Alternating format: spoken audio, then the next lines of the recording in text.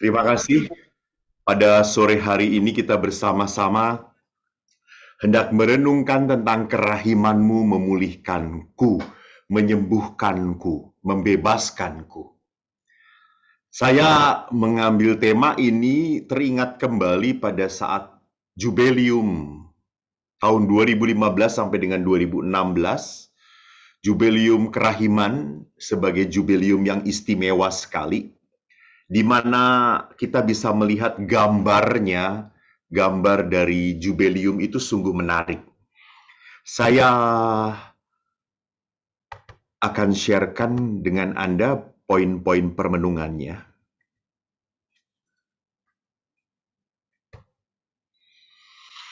Jadi yang paling menarik bagi saya adalah bagaimana dua wajah, wajah Allah dan wajah manusia, dan dengan tiga mata. Ini yang selalu membuat saya terpukau bahwa pada saat kita merasakan kerahiman Allah, maka kita akan melihat seperti Allah melihat diri kita. Jadi sering kali kita melihat orang lain seperti yang kita harapkan, seperti yang kita inginkan, seperti yang kita maui. Tetapi akhirnya kalau kita melihat orang lain seperti itu, maka kita hanya bisa menghakimi, menyalahkan orang itu. Dan di dalam tahun kerahiman, motonya adalah hendaklah kamu murah hati sama seperti Bapamu murah hati. Jadi bagaimana kemurahan itu membuat kita menjadi sosok manusia yang tidak mudah menghakimi, tetapi justru sosok manusia yang melihat sesamanya dengan penuh kerahiman. Mari kita lihat bahwa dalam Injil Markus pun dikatakan, aku, siapa itu aku? Aku itu Yesus, datang bukan untuk memanggil orang benar, melainkan untuk memanggil orang berdosa. Jadi kalau kita lihat apa misi hidup Yesus ke dalam dunia ini, itu ditunjukkan jelas dalam Injil Lukas. Dan Injil Lukas ini mengutip dari kitab Nabi Yesaya bab 61 ayat 1 sampai 2. Sedangkan yang saya tulis di sini adalah Injil Lukas bab 4 ayat 18 sampai 19. Saya bacakan. Roh Tuhan ada padaku, oleh sebab Ia telah mengurapi aku untuk menyampaikan kabar baik kepada orang-orang miskin. Dan Ia telah mengutus aku untuk memberitakan pembebasan kepada orang-orang tawanan dan penglihatan bagi orang-orang buta, untuk membebaskan orang-orang yang tertindas, untuk memberitakan tahun rahmat Tuhan telah datang. Demikianlah sabda Tuhan. Terpujilah Kristus. Jadi jelas sekali misi Yesus adalah apa? Misi Yesus kelihatan sekali, dia mengurapi, menyampaikan kabar baik kepada orang miskin, memberitakan pembebasan kepada orang tawanan, penglihatan pada orang buta, pembebasan kepada orang tertindas, dan memberitakan tahun rahmat Tuhan telah datang.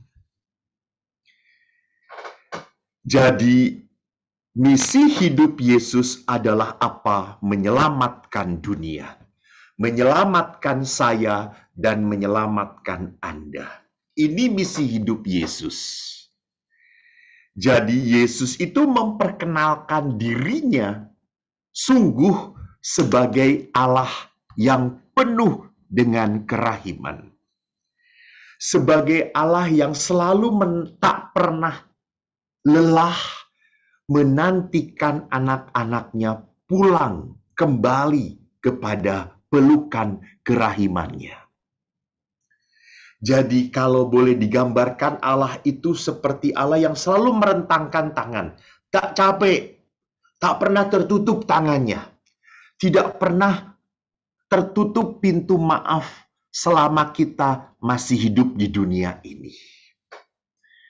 Inilah misi dari Allah yang telah dijabarkan oleh hidup Yesus.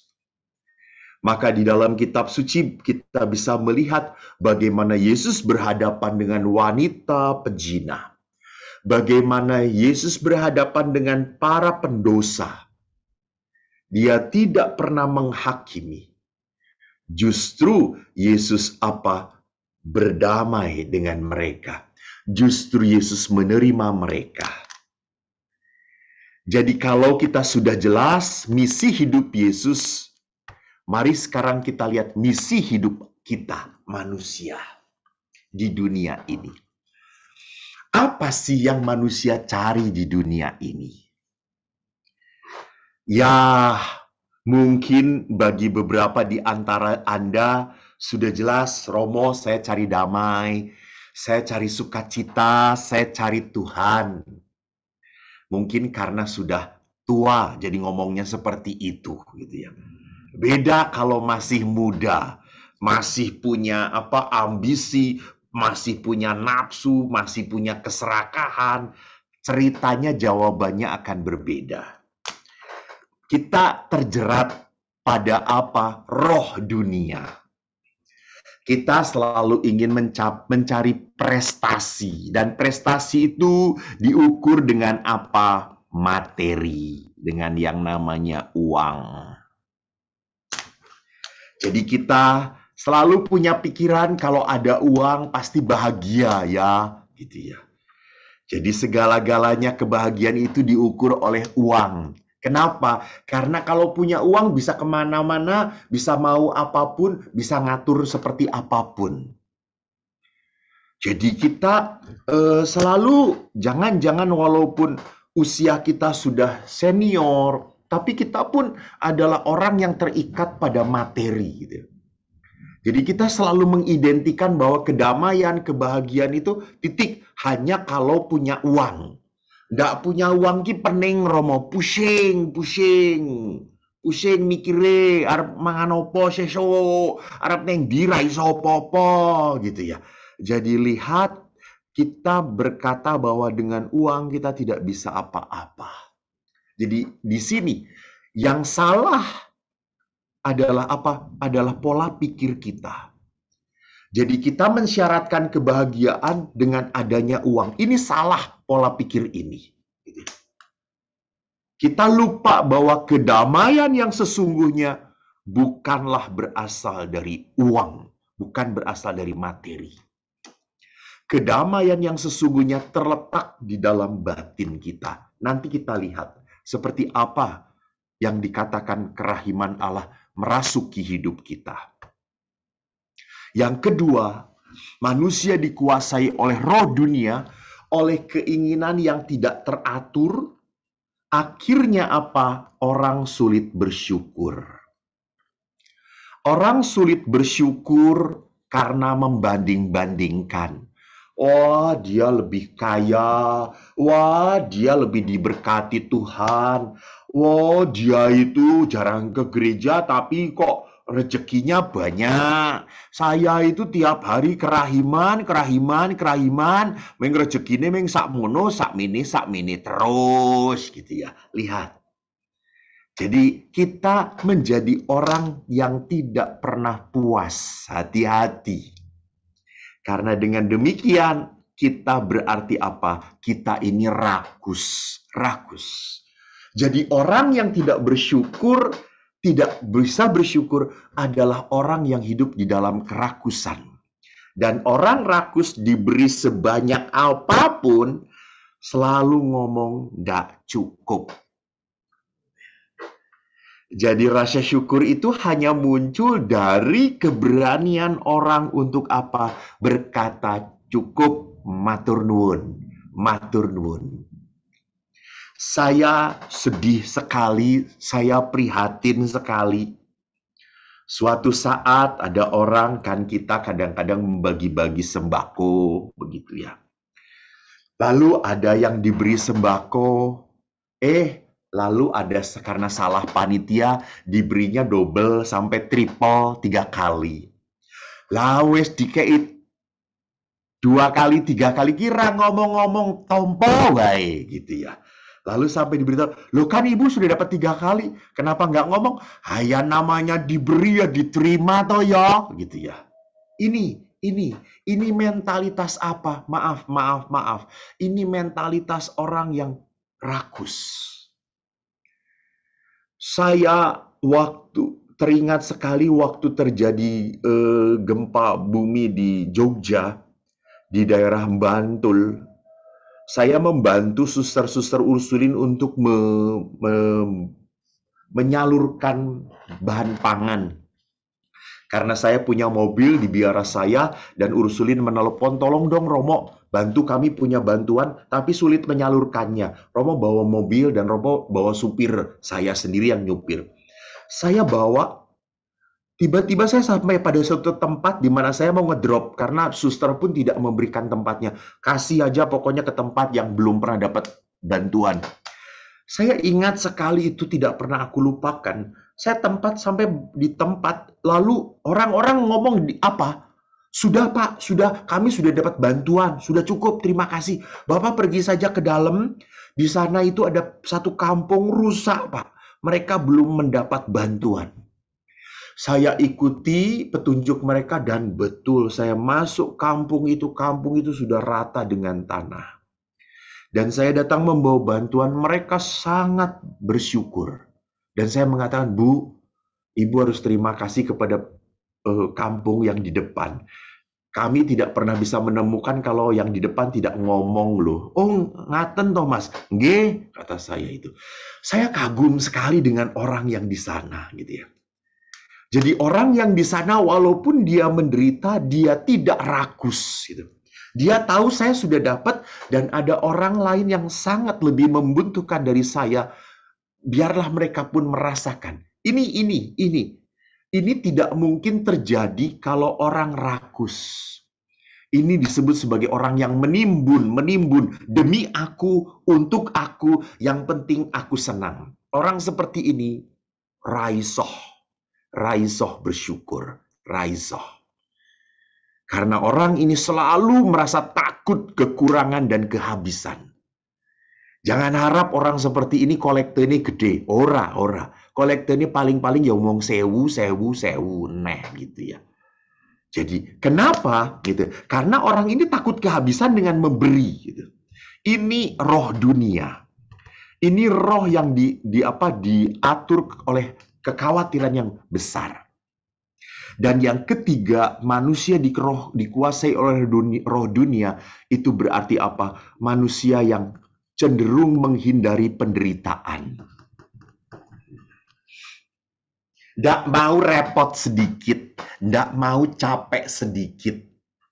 Inginnya kalau pergi ke gereja itu langsung parkir di depan gereja, medun langsung neng gereja. Ora ono mlaku-mlaku, ora ono kena udan. Nah itu gitu ya. Jadi inginnya tuh semua rapi dan dia lancar. Nggak mau ngantri. Jadi orang ini selalu ingin menjadi nomor satu. Orang ini selalu ingin didahulukan. Orang ini selalu ingin dihormati. Orang ini bukan datang sebagai pelayan, tetapi dia datang sebagai orang yang ingin dilayani. Itulah roh dunia. Maka betul sekali bahwa masa Prapaskah ini adalah masa bagi kita untuk semakin menyadari, bercermin. Saya itu seperti apa? Gitu. Jadi di sini kita bisa memperlihatkan diri saya. Jadi Prapaskah itu adalah saat bagi saya untuk menelanjangi diri saya sendiri, gitu ya. Untuk berani jujur kepada Tuhan.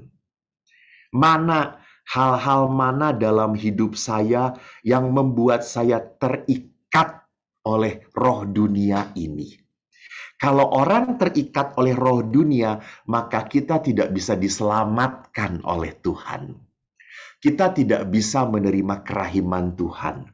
Maka lihat Evangelii Gaudium artikel 2 mengatakan saat keinginan batin terarah pada diri sendiri, maka tidak akan pernah ada tempat bagi kita untuk memikirkan orang lain.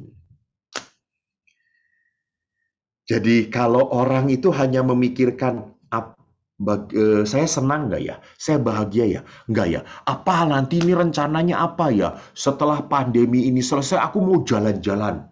Aku mau pergi ke sana. Aku mau makan ke sana. Lihat. Yang dipikirkannya subjeknya itu selalu aku. Jadi pusat yang membuat dia senang itu pada saat apa yang dia harapkan, apa yang dia minta, itu terpenuhi. Maka orang seperti ini tidak akan pernah bisa berkorban. Orang seperti ini tidak akan pernah bisa punya waktu untuk mengatakan kalau melihat penderitaan orang lain, apa yang bisa saya buat ya? Enggak. Kalau melihat penderitaan orang lain, paling-paling orang ini akan berkata, oh kasihan ya, wes cukup mengono gitu ya. Jadi kepekaannya berhenti pada kata kasihan, tetapi tidak pernah sampai kepada kasih yang terwujud dalam tindakan. Oleh karena itu tidak salah kalau Bapak Paus Fransiskus prihatin. Bapak Paus Fransiskus prihatin karena manusia akhirnya tidak lagi mau mendengarkan suara Allah. Ingat, suara Allah itu bukan berarti waktu ada doa kerahiman, lalu tiba-tiba ada suara yang mengatakan, hei Pak, bertobatlah, gitu ya. Jangan lupa berdoa. Bukan. Suara Allah adalah melalui peristiwa-peristiwa dalam kehidupan sehari-hari. Pada saat kita merasa tidak enak melihat istri atau pasangan yang bersedih, kok saya diamkan ya? Kok saya menang wae? Itu suara Tuhan. Jadi penderitaan sesama yang dihadapi dalam kehidupan sehari-hari itu adalah undangan bagi kita untuk melakukan sesuatu.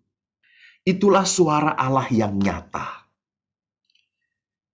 Maka pada saat kita tidak melakukan apapun pada orang yang sedang berkebutuhan, maka kita tidak peduli pada Tuhan, pada panggilan, pada undangan Tuhan untuk melakukan sesuatu. Jadi kita bisa melihat bagaimanakah kalau demikian kita memasuki situasi kelemahan ini, gitu. Dan seringkali walaupun manusia hidup di dalam kelemahan, manusia seringkali tidak mau mengakui, gitu. Maka kalau manusia itu merasa tidak akan pernah sekali lagi bertemu dengan kerahiman Tuhan, tidak ada. Lihat di dalam Injil Lukas bab 18 ayat 13 sampai 14. Pemungut cukai itu berdiri jauh-jauh, bahkan ia tidak berani menengadah ke langit.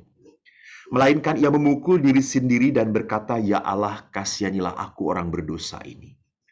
Aku berkata kepadamu, orang ini pulang ke rumahnya sebagai orang yang dibenarkan Allah, dan orang lain itu tidak. Sebab barang siapa meninggikan diri, ia akan direndahkan. Barang siapa merendahkan diri, ia akan ditinggikan. Saudara-saudara, lihat bagus sekali di sini dikatakan. Orang ini pulang ke rumahnya sebagai orang yang dibenarkan Allah. Padahal perbuatannya tidak benar.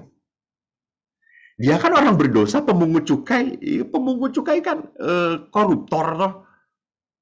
Tetapi mengapa dia dibenarkan? Karena ia tidak berani menengadah ke Allah dan ia berkata, kasihanilah aku orang berdosa ini. Jadi pengakuan inilah yang menyebabkan dia dibenarkan oleh Allah. Bukan perbuatannya yang dibenarkan oleh Allah, bukan. Yang dibenarkan oleh Allah adalah apa? Sikap kerendahan hati mengakui kesalahannya.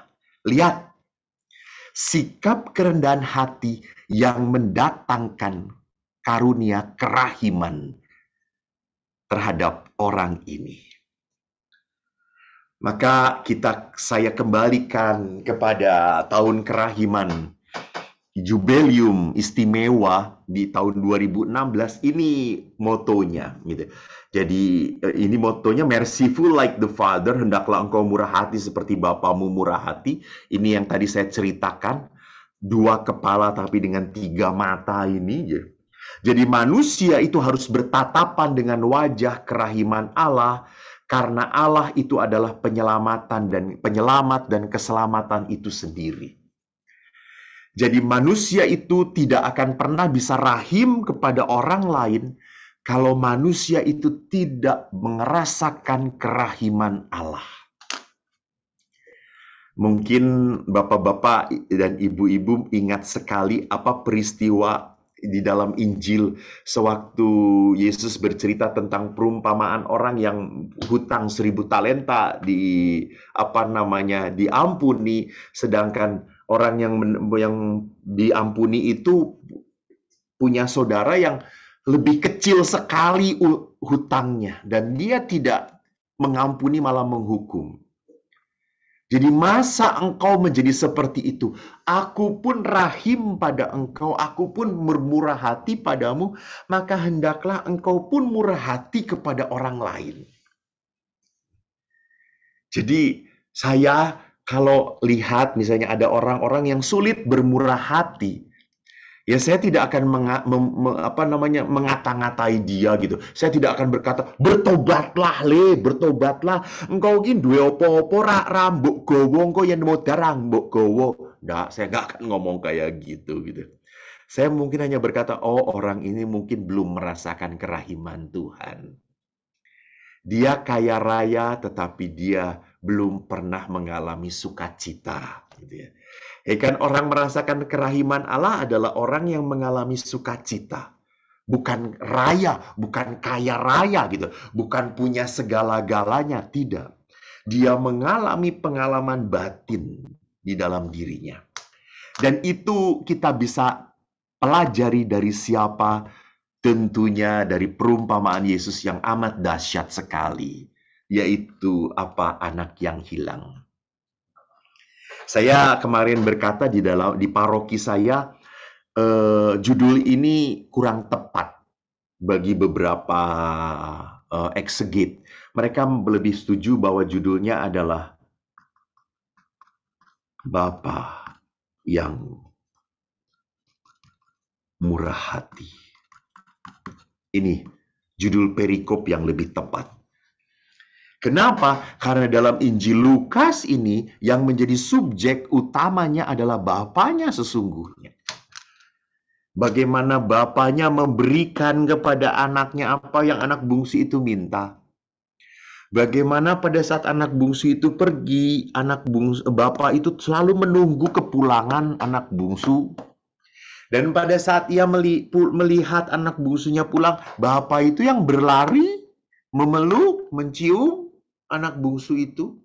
Dan waktu anak bungsu itu berkata bahwa aku telah berdosa terhadap surga dan terhadap Bapa, aku tidak layak lagi disebut sebagai salah seorang anak Bapa, jadikan aku sebagai salah orang. Bapaknya langsung berkata, ambil jubah yang paling baik, kenakan cincin, kenakan sepatu, potong lembu yang paling tambun, mari kita berpesta, anakku sudah pulang.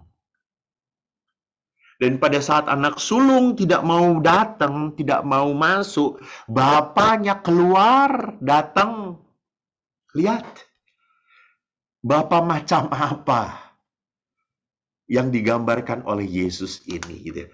Maaf ya, mohon maaf Bapak Ibu, kata-kata ini saya kasar mungkin. Ini adalah Bapa yang tidak punya harga diri. Benar.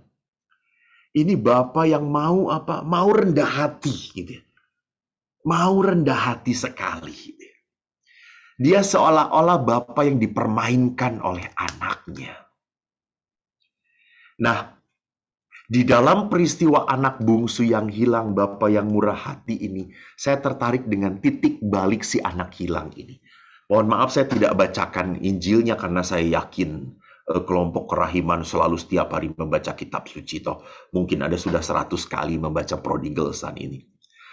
Titik baliknya bagaimana? Lihat bahwa anak bungsu ini tidak hanya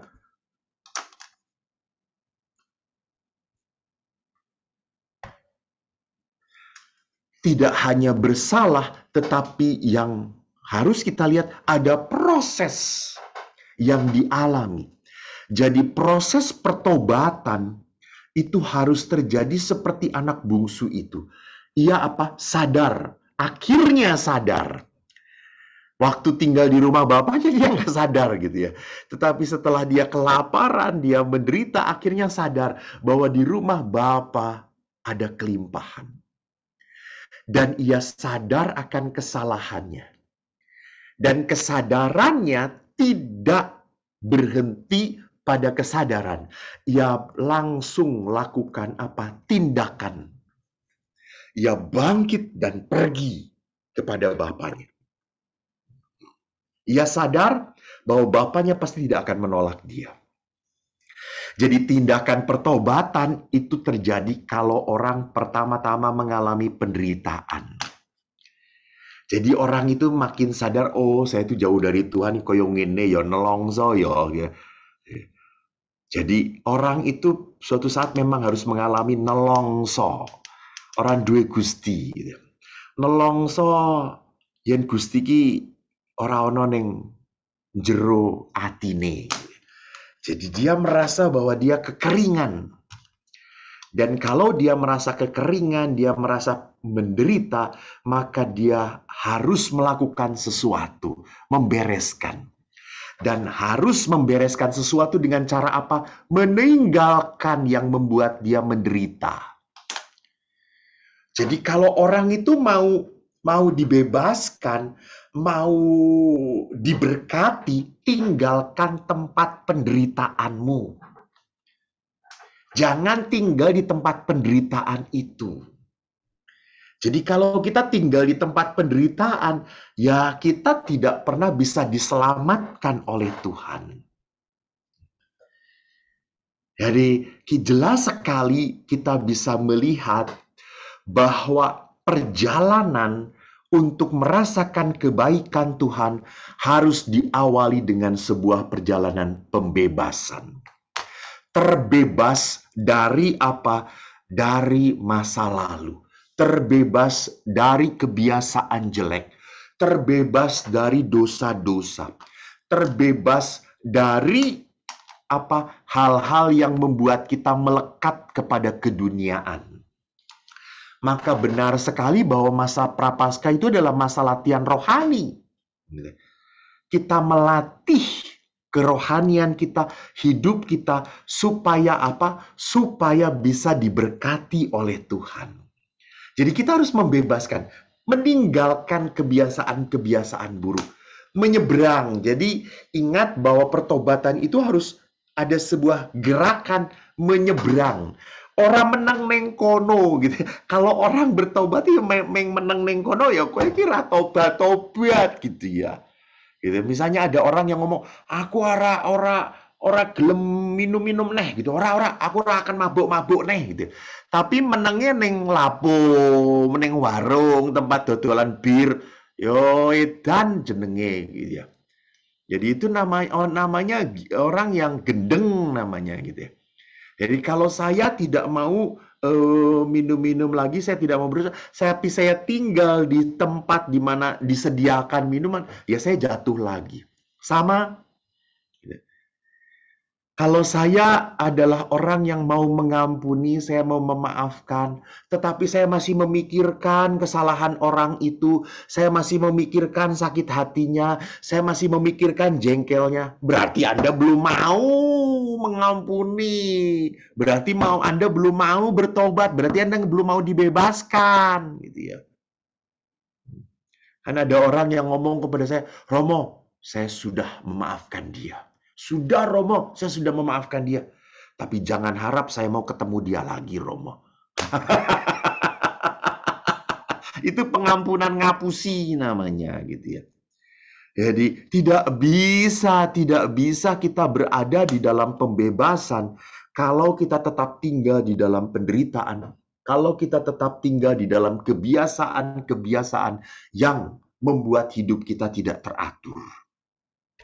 Maka setelah kita mengalami liberation, baru kita harus melakukan sebuah restoration. Pembaruan. Maka saya lihat pertobatan, liberation itu berarti apa? Ada kesediaan untuk merendahkan hati.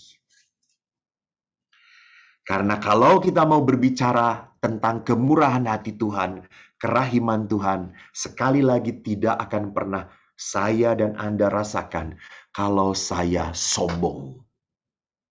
Ingat, sombong adalah ibu dari segala dosa. Sedangkan kerendahan hati adalah pintu pada kekudusan. Awal masuk kepada kekudusan. Maka syarat mutlak untuk merasakan kerahiman Tuhan adalah pertobatan. Membebaskan rasa sombong, membebaskan rasa sakit hati. Membebaskan dari keterikatan dan ketidakteraturan kehidupan. Itu pertobatan. Seperti anak bungsu tadi, meninggalkan kandang babi tadi, gitu. Meninggalkan teman-temannya yang hanya mau dekat pada saat dia banyak hartanya. Dia mau meninggalkan dan kembali kepada Bapa. Ini pembebasan. Dan akhirnya orang itu pun harus mengadakan apa? Restoration. Apa yang dikatakan oleh ayat 8? Siapa yang membagikan sesuatu, hendaklah ia melakukannya dengan hati yang ikhlas. Siapa yang memberi pimpinan, hendaklah ia melakukan dengan rajin. Siapa yang menunjukkan kemurahan, hendaklah ia melakukannya dengan sukacita. Jadi Paulus mengatakan restorasi itu berarti apa? Orang itu hidup untuk membangun tubuh Kristus, membangun kerajaan Allah dimanapun mereka berada. Jadi kalau kita berdoa, Bapa kami, datanglah kerajaan-Mu di atas bumi seperti di dalam surga. Inilah cara kita. Untuk apa? Untuk mendatangkan kerajaan Allah. Maka kunci yang tadi ingin saya katakan adalah apa? Untuk sampai kepada kerahiman Tuhan, kita harus membebaskan dan membarui kehidupan kita. Sehingga dengan demikian akhirnya terwujudlah apa yang dikatakan dalam Injil Lukas. Hendaklah engkau murah hati sama seperti Bapamu murah hati. Kristus melihat dengan mata kita dan kita melihat dengan mata Kristus. Ini moto dari tahun kerahiman ilahi itu. Bagus banget. Jadi Kristus melihat dengan mata kita supaya kita itu menjadi orang yang tahu, sadar, dan peduli. Dan kita melihat dengan mata Kristus itu berarti apa? Kita melihat sesama tidak sebagai hakim, tetapi sebagai penyelamat. Sebagai orang yang bermurah hati. Maka dengan demikian, barang siapa dapat memandang kerahiman Allah, merasakan kerahiman Allah, ia dapat memperlakukan sesamanya dengan penuh kerahiman. Tuhan memberkati. Terima kasih. Shalom. Terima kasih Romo Eko Wahyu atas siraman rohani yang indah dan menyejukkan hati kami, sehingga mendorong kami semakin terkepencut dan terpaut pada Yesus, dan terus mau melekat pada Yesus sebagai pokok anggur kami. Terima kasih Romo.